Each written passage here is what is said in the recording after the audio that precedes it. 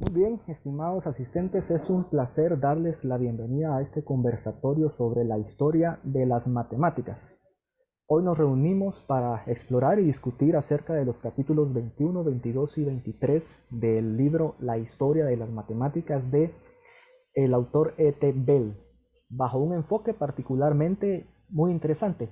Para ya nuestra conversación, contamos con un grupo destacado de participantes. En primer lugar, tenemos y tienen el honor de contar con mi persona, el coordinador de este evento. Mi nombre es Leonardo Alfredo Fallase Quinto, quien ha trabajado arduamente para organizar esta sesión y asegurar que tengamos un diálogo muy enriquecedor. Además, nos acompañan como expositores invitados tres expertos en el campo de las matemáticas. Entonces damos la bienvenida y que se presente el señor Pablo Rodríguez. Hola, es un gusto estar aquí con cada uno de ustedes. Yo realicé una lectura sobre algunos capítulos del libro de las matemáticas para poder venir a dar respuesta a varias interrogantes que han surgido en base a esta lectura y junto con mis demás compañeros para complementar conocimientos sobre la lectura que se tuvo. Perfecto, muchas gracias Pablo. También le damos la bienvenida a este evento a Obdulio Alfredo Aldana. Adelante Obdulio. Muchas gracias. La verdad es un placer estar aquí presente junto a tan respetados matemáticos. Eh, la verdad estoy orgulloso de estar aquí y estoy aquí para servir a ustedes y responder a cualquier duda que se presente. Excelente Obdulio, muchas gracias. Y también con todos ustedes Marco Tulio Isaí Martínez, otro experto en las matemáticas. Gracias, gracias. Buen día. Es un gusto estar con ustedes aquí presentes. Mi nombre es Marco Tulio Isaí Martínez Moreno y podemos compartir un poco el conocimiento que adquirimos en estos días leyendo el libro y esperemos que nuestro conocimiento sea de algo de ayuda para ustedes y es un gusto poder estar aquí y responder ciertas preguntas que nuestro compañero Alfredo nos hará. Gracias. Muy bien, es así entonces como presentamos a nuestros expositores de este evento, quienes nos brindarán su perspectiva y conocimientos sobre los temas que vamos a abordar. Durante este conversatorio nos centraremos en los capítulos antes mencionados, los cuales son 21, 22 y 23 del libro mencionado, los cuales nos brindarán un vistazo fascinante a los desarrollos históricos y conceptuales de las matemáticas. Sin embargo, más allá de una simple revisión, nuestro enfoque se basará en explorar el impacto y la relevancia actual de estos temas en la sociedad y en diferentes áreas del conocimiento. Asimismo, analizaremos cómo los avances y descubrimientos matemáticos históricos han influido en nuestra comprensión del mundo, en los avances científicos y en las aplicaciones prácticas en diversas disciplinas. Entonces esperamos que este conversatorio sea un espacio de aprendizaje, reflexión y un diálogo enriquecedor. Entonces, damos paso a lo siguiente y agradecemos a cada uno de ustedes su participación y entusiasmo por sumergirse en la historia de las matemáticas y su impacto en nuestro presente. Y sin más preámbulos, damos inicio a este estimulante encuentro. Tenemos algunas preguntas sobre las cuales vamos a basar este conversatorio y voy a dar libertad para que aquel que considere este es mi tema, soy experto en este tema específicamente, nos responda con toda libertad y aporte sus ricos conocimientos sobre las matemáticas. A ver, ¿qué ha aportado la matemática a la civilización? Eh, bueno, contestaré yo la pregunta. La verdad que la matemáticas es una ciencia bastante, podemos decir que tiene bastante poder sobre muchas cosas. Las matemáticas han acompañado al desarrollo de la humanidad desde hace mucho tiempo y han aportado grandes descubrimientos a esta. Podemos mencionar algunos, tales como son el teorema de Pitágoras, la ley de los grandes números, la ley de la gravitación universal y la teoría de la relatividad. Así como estas hay muchas, hay una extensa variedad de descubrimientos que se han hecho gracias a la matemática. Pero si hay algo que tenemos que recalcar o mencionar en los 6 o 7 mil años de progreso de la matemática, es el método de razonamiento deductivo y la descripción matemática de la naturaleza. El razonamiento deductivo se refiere al uso de la lógica para sacar una conclusión de unas ideas o premisas que ya hayamos dado previamente. Por dar un ejemplo, podemos decir que tenemos x más 4 es igual a 6. Y podemos decir que x es un número par. Entonces, usando la lógica y podemos deducir que x vale 2. Bueno, fue en las matemáticas donde surgió el razonamiento deductivo. Y es ahí donde se fue perfeccionando y evolucionando con el tiempo. Por esto mismo y porque es fácil la aplicación y es fácil de usar en muchas áreas, el método deductivo se considera un aporte matemático. Y de hecho no solo es usado en las matemáticas, sino es usado en muchas áreas, en muchas ciencias aparte, fuera de la matemática. Muy bien, muy bien. Muchas gracias por esa importante aportación, Obdulio Alfredo Aldana. Prácticamente nos estás diciendo de que sin la matemática en la actualidad no podemos hacer nada, ¿verdad? Esa importancia es la que ha tomado la matemática en la civilización. Vamos adelante con la siguiente pregunta. ¿Cómo ocurrió la evolución de las variables en la matemática? Adelante. Yo responderé a esto primeramente dando una pequeña introducción sobre qué es una variable. Una variable en la matemática son símbolos que representan valores o cantidades que se desconocen, las cuales deberemos de encontrar con fórmulas o métodos matemáticos. Y su introducción y uso se remontan a los primeros desarrollos de álgebra y cálculo en la sociedad. Desde el principio de la sociedad, la matemática ha estado presente y una variable no era reconocida hace no mucho, porque se decía encuentre tal cantidad, pero no estaba como tal el término encontrar una variable. Fue hasta que el concepto de variable se desarrolló poco a poco en la sociedad y en la historia, comenzando por la antigua Grecia, en donde los matemáticos solían trabajar con magnitudes específicas y utilizaban letras del alfabeto para denotarlo. Mas, sin embargo, no se consideraban como tales variables, como anteriormente lo dije, sino como constantes específicas, de que había una constante que teníamos que resolver, pero no era considerado como tal con ese nombre hasta que el uso de la variable en el sentido moderno comenzó. Esto comenzó en el siglo XVI, con la obra de matemáticos como Francois Viet.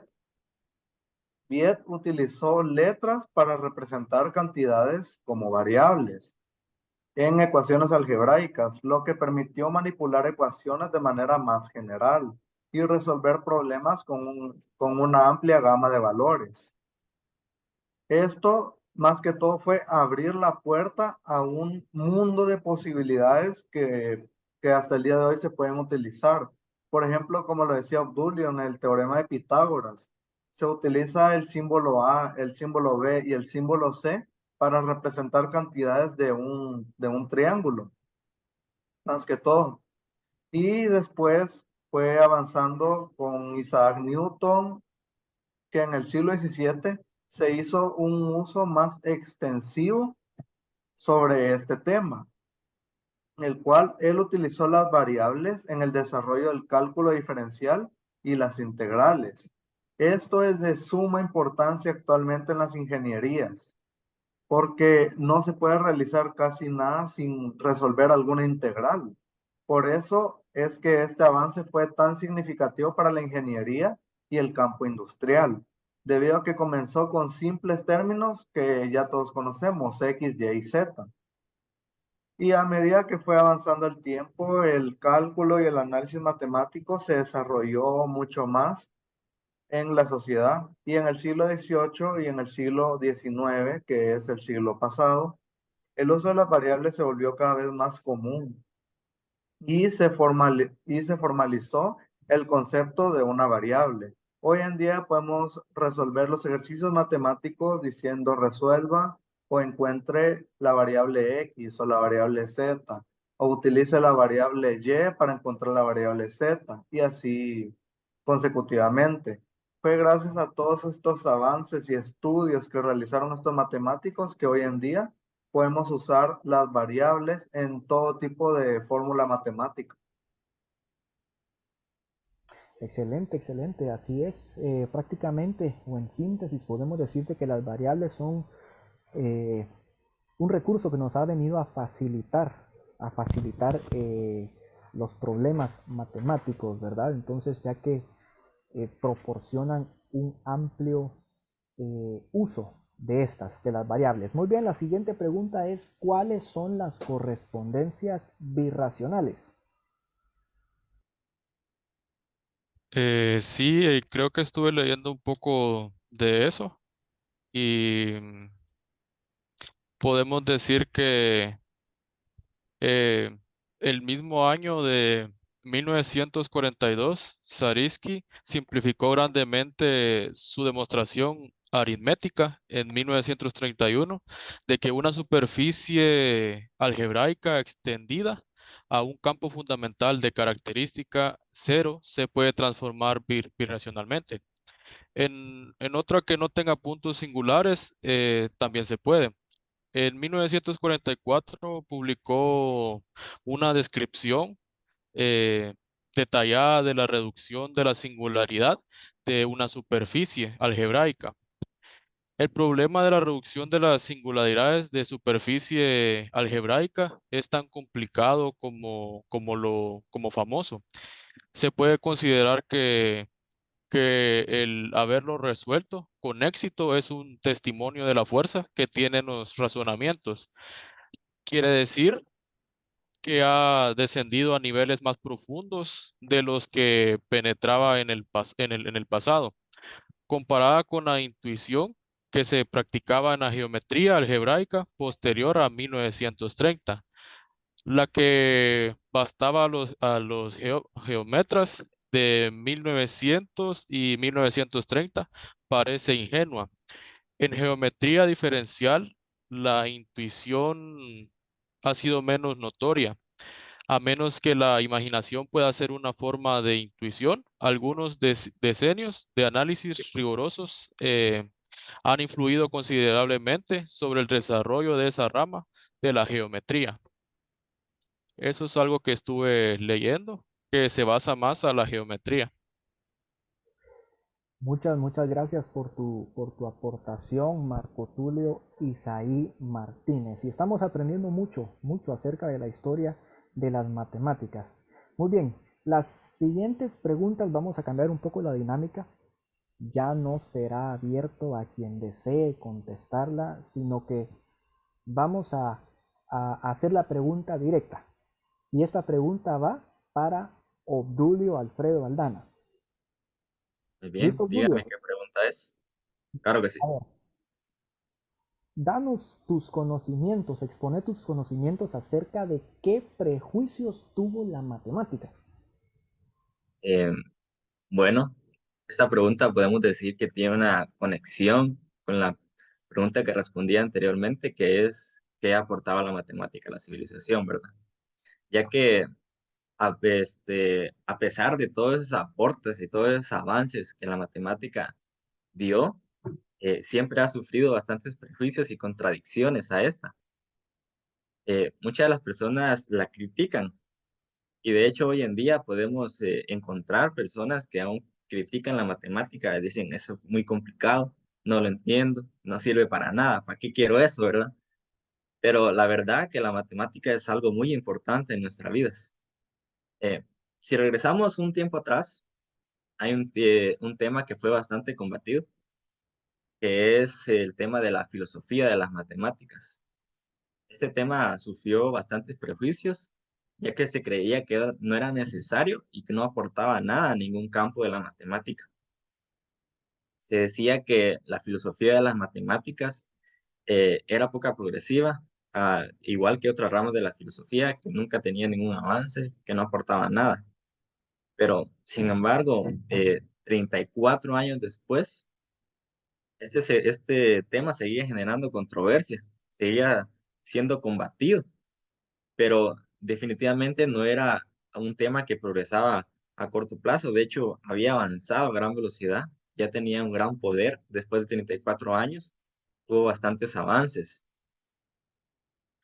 Eh, a pesar de su gran avance, muchos matemáticos seguían proclamando que la filosofía de las matemáticas no había aportado nada, ni a las matemáticas, ni al conocimiento teórico de esta.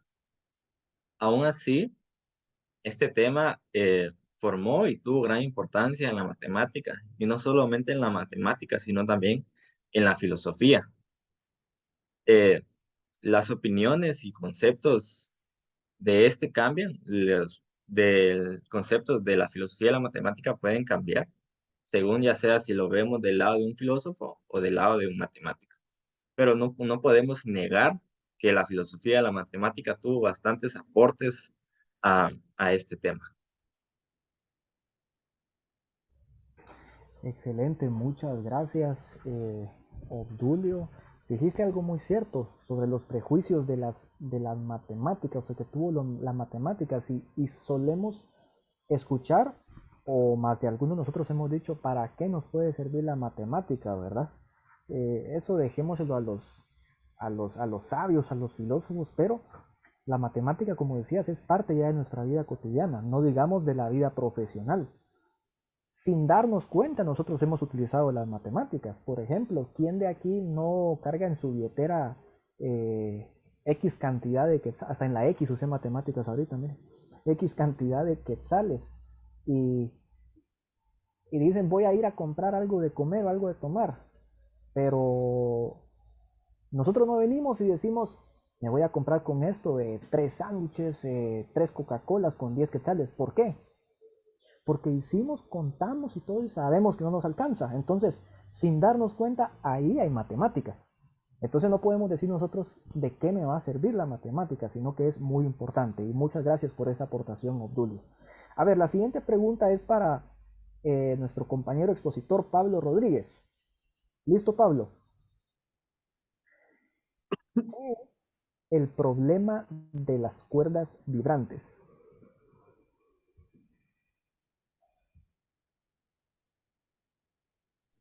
El problema de las cuerdas vibrantes es un tema clásico con respecto al estudio e investigación de las matemáticas. Este ha sido abordado desde hace siglos, debido a que ha sido un referente para investigaciones matemáticas y poner a prueba algunas fórmulas, tanto así como para crear algunas fórmulas.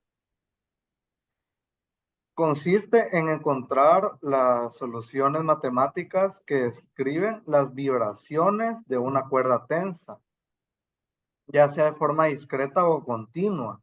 Digamos, nosotros al tensar una cuerda, nosotros si la agarramos y la estiramos un poco, esa cuerda va a rebotar. Y la matemática lo que quiere hacer es investigar con fórmulas matemáticas eso mismo. Comenzó a darse la importancia en el siglo XVIII, con algunos matemáticos como Daniel Bernoulli, el cual desarrolló ecuaciones diferenciales parciales que modelaban las vibraciones de la cuerda continua.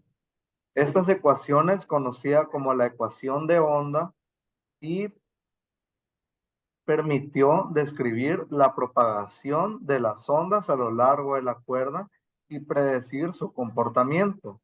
La ecuación de onda se utiliza básicamente en algunas ramas de la ingeniería hoy en día para realizar, digamos, medición de algunos datos que podrían ser útiles más adelante. Y así consecutivamente se dieron soluciones matemáticas a este problema. En el siglo XX, el estudio de las cuerdas vibrantes se enriqueció muchísimo más con el desarrollo de técnicas matemáticas mucho más avanzadas, en las cuales se puede incluir la teoría de funciones de variable compleja y el análisis armónico, que es un tema un poco de matemática avanzada, ¿ya?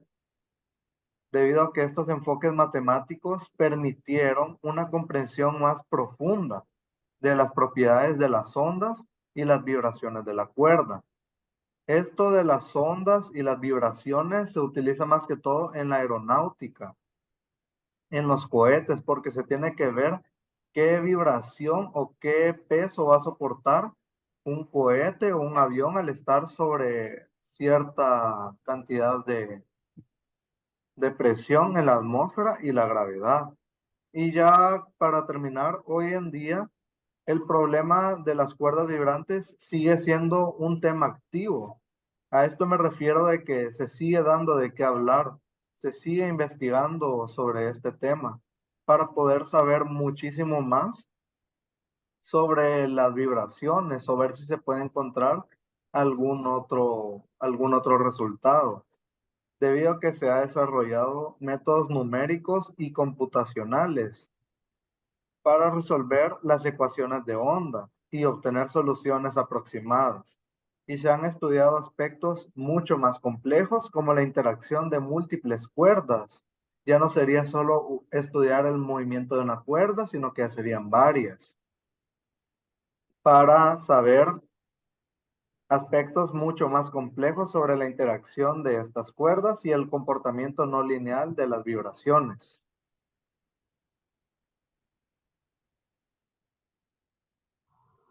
Muy bien, muchas gracias. A ver, Marco Tulio Martínez.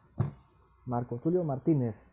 Dígame, Así, dígame. en pocas palabras, con un texto breve, porque nos queda poco tiempo en este conversatorio. ¿Cuáles son o cuáles fueron los 4 enunciados de la lógica en las matemáticas? En una explicación breve, primero voy a explicar qué son los enunciados. Podemos decir que un enunciado es una expresión en el lenguaje natural o matemático acerca de una cuestión o sentido propio. ¿A qué se refiere? O sea, se refiere a que un enunciado es con sentido propio para que nosotros encontremos la lógica a los problemas matemáticos. Por ejemplo, no podemos decir que 2 más 2 es 8. No tiene lógica, no tiene sentido. Entonces, acerca de los 4 enunciados, podemos ver que el primero nos dice que una función de primer orden es aquella que no figuran otras variables que individuos. Puede ser en forma variable, en manifiestas o argumentos. El segundo enunciado nos dice que una función de orden n más 1 es aquella que no tiene por lo menos un argumento o variable que manifiesta un orden, que puede ser n. Y no contiene ningún argumento ni variable manifestante que no sea o bien un individuo o una función de primer orden o una función de segundo orden.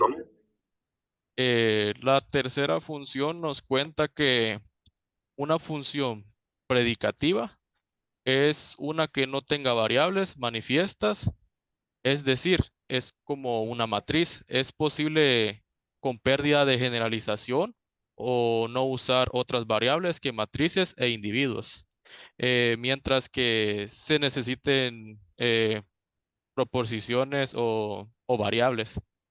Bueno, y en la última, en el cuarto enunciado, nos menciona que toda función de uno o dos argumentos es formalmente equivalente a una función predicativa del mismo argumento o argumentos. Y eso es algo que leí sobre los 4 enunciados que nos dice el libro matemático. Muchas gracias por esa interesante aportación, Marco Tulio Isaí Martínez. Y para concluir, vamos con las últimas 3 preguntas. A ver, ¿quién desea contestarla? A ver, Díganme uno ustedes que desee contestar. A ver, Obdulio yo, Alfredo. yo respondo, pregúnteme. Muy bien, la pregunta es, ¿Qué aportaciones hubo en el campo de la elasticidad y las coordenadas? Así rápidamente. Bueno, resumiéndolo, una de las obras más importantes fue la del matemático francés de nombre Lane, aunque también hubo una aportación bastante significativa de otro francés también llamado Saint Venant. De vuelta con Lane, el interés de Lane por este tema nació de la elasticidad de los puentes colgantes. Partiendo de ahí, pronto dominó toda la teoría de la elasticidad e hizo muchas mejoras en su trabajo. Uno de los avances más sobresalientes fue un invento sobre las coordenadas curvilíneas. De hecho, él fue el que inventó esas coordenadas y gracias a él, la ciencia y las matemáticas se abrieron paso a problemas y descubrimientos nuevos. Ya para finalizar mi aportación, quisiera leer algo que dijo Lane en uno de sus libros. Dice, sin la intervención de las coordenadas rectangulares, el álgebra estaría quizás todavía donde lo dejaron Diofanto y sus comentadores, y no contaríamos ni con el cálculo, ni con la mecánica analítica. Sin la introducción de las coordenadas esféricas, sería absolutamente imposible la mecánica celeste, y sin las coordenadas elípticas, matemáticos ilustres no hubieran podido resolver varios problemas importantes de esta teoría. Aquí podemos ver que realmente las coordenadas tuvieron bastante relevancia, ya que desde ellas salieron y nacieron muchas ramas diferentes y varios matemáticos se ayudaron de ellas para poder hacer sus investigaciones. Excelente, excelente aportación, Obdulio Alfredo Altena Romero. A ver, ¿alguien que desee contestar la siguiente pregunta? Yo, Marco Tulio Isaí Martínez, muchas gracias. A ver, ¿cuáles son los métodos estadísticos modernos? en resumen, los métodos estadísticos modernos eh, es la matemática social por excelencia. Por consiguiente, una breve indicación de las principales fases que atravesó la matemática a lo largo del tiempo y el desarrollo. Será una conclusión de nuestro relato de lo que las matemáticas han hecho o puede ser por la masa de la humanidad. Más que todo nos habla de cómo la matemática ha avanzado a lo largo de los años y en cómo puede ser mejor la matemática moderna, ya que la antigua casi no se está usando hoy en día, porque dice que contribuyó más la matemática moderna a los nuevos ámbitos que tenemos la sociedad que la matemática antigua, que sí se sigue usando alguna hoy en día, pero que es más importante la moderna y por eso nos dice los métodos estadísticos modernos que es de más importancia la investigación y el estudio de las matemáticas modernas que las antiguas. Muy bien, y terminamos con la última pregunta, ¿qué es la periodicidad que le va a corresponder inevitablemente a nuestro compañero Pablo Rodríguez? ¿Qué es la periodicidad, Pablo? Comenzando brevemente, la periodicidad se refiere a la propiedad de un fenómeno o una función de repetirse en intervalos regulares o ciclos. Por poner un ejemplo, las veces que se repite, mm, las veces que da vuelta una rueda. Es un perfecto ejemplo sobre un ciclo, porque al dar una vuelta se completa un ciclo, al dar otra vuelta se completa otro ciclo. Y esto se podría utilizar en varias fórmulas. Aunque en otras palabras, algo es periódico si muestra un patrón que se repite a lo largo del tiempo del espacio, como por ejemplo el recorrido que podría ser un vehículo de tal punto, de punto X al punto Y, y las vueltas que puede dar esa rueda en ese periodo de tiempo o en esos kilómetros recorridos. Algo que hemos visto bastante en esto es, por ejemplo, algo que se vio en las matemáticas de la clase. Porque, por ejemplo, la función seno es una función periódica. y seno representa 2pi, porque esto significa que el valor de la función seno se repite cada 2pi radianes, que esto representa un círculo, de que de tal punto a tal punto se repite 2pi radianes veces. Y de manera similar, la función coseno, que también es periódica con un periodo de 2pi radianes. Así brevemente se puede explicar sobre la periodicidad y sus aportaciones a la matemática. Y así hablando de la periodicidad del tiempo, el tiempo se nos hace corto también, quisiéramos seguir con este conversatorio, de verdad que nos está enseñando mucho, pero a ver, medio minuto a 45 segundos para que saquemos nuestras conclusiones acerca de la historia de las matemáticas. Uno o dos participantes. Bueno, la verdad que hay mucho que hablar de la matemática, pero si pasáramos aquí podemos hablar días tras día y no acabamos nunca. Pero la verdad que la matemática es de mucha importancia en nuestra vida si tenemos que seguir practicándola y desempeñándola, buscando y analizando más sobre ella, que nos va a ser de mucha ayuda. Muy bien, muchas gracias, Obdulio. Conclusiones, conclusiones. Una conclusión que doy yo con respecto a este pequeño conversatorio es que la matemática nunca se va a terminar, por así decirlo. Siempre hay un tema que podemos conocer más.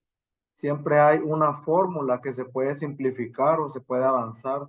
Siempre hay algo más que se puede estudiar porque eso hace el ser humano. Trata de explicar con fundamento científico el porqué de varias cosas. Y por ello la matemática siempre estará activa y por eso siempre nosotros debemos de seguir aprendiendo cada vez más, porque el conocimiento del ser humano solo va en avance. Por eso tenemos que siempre estar atentos a los avances científicos que hay, porque varias veces algunas fórmulas se suelen contradecir, pero la matemática siempre estará presente en la humanidad de alguna u otra manera, siempre estaremos utilizando la matemática. No hay mejor forma de vivir la vida que siendo amigo de la matemática, porque la vamos a tener en donde estemos, ¿verdad? Y cuando estemos. Y por último, una pequeña conclusión para terminar, Marco Tulio Isaí. Sí, es como lo están mencionando aquí ustedes, mis compañeros, que siempre va a haber algo que nos va a hacer utilizar las matemáticas, ¿verdad? Siempre serán necesarias, eso siempre lo ha sido y siempre será. Y tenemos que siempre estar aprendiendo constantemente de lo nuevo, que también, como dijo Pablo, que jamás se va a terminar, siempre va a haber algo que aprender. Y es lo que nos tenemos que basar nosotros en aprender lo que se venga y no quedarnos simplemente como estamos. Gracias. Gracias, gracias. Entonces, la historia de las matemáticas es una historia que no se queda solo en historia, sino que vamos a seguir empleándola, aplicándola, querramos o no querramos. Agradezcámosle a la matemática por existir, porque nos está siendo útil hasta en los momentos o en las situaciones en las que ni nos damos cuenta, pero ahí están las matemáticas. Muy bien, muchas gracias Marco Tulio Isaí, muchas gracias Obdulio Alfredo y muchas gracias Pablo Rodríguez por atender a esta invitación, a este conversatorio. Y es así como damos finalizado. También agradecemos la participación del público, que sabemos de que se retira de este conversatorio con un conocimiento nuevo y con una perspectiva diferente a la que traía acerca de las matemáticas. Entonces, para concluir, seamos amigos de las matemáticas, usemos las matemáticas. Muchas gracias a todos y hasta pronto.